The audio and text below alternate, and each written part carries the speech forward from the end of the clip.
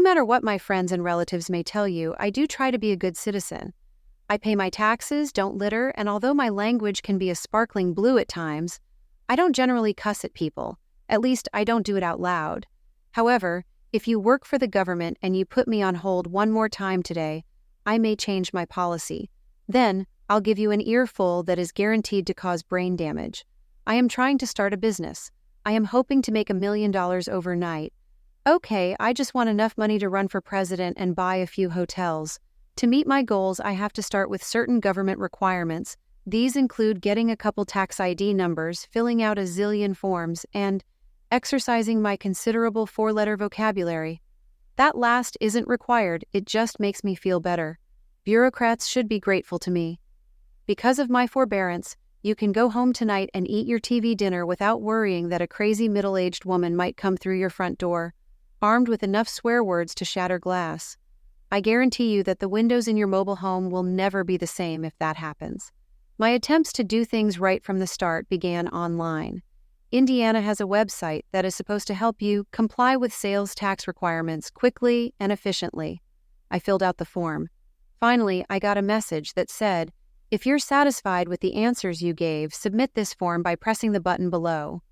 I hit the button not once, twice. Then I rechecked the directions. I thought it said button, but maybe it said bottle. I apparently was also mistaken about who had to be satisfied with the job I did filling out the form.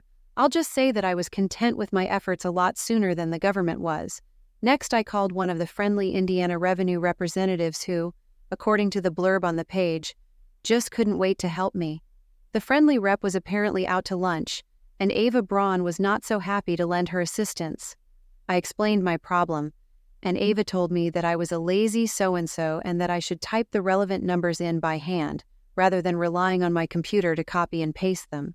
Maybe she was afraid my machine might do something naughty, like copy the numbers accurately. In any event, I tried Ava's suggestion, and surprise, surprise, nothing changed. I saved the form to try another day, rather than screaming at the top of my lungs and scaring the cats. Today, I took a deep breath and tried again.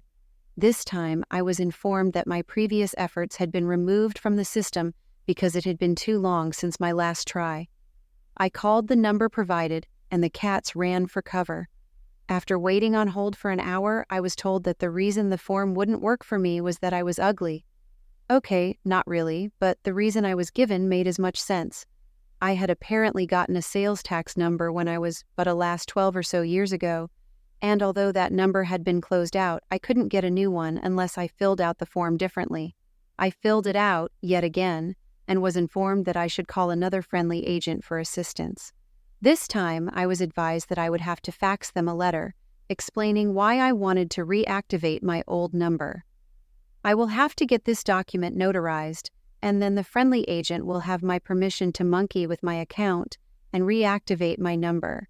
I anticipate that this part of the process will happen fairly quickly.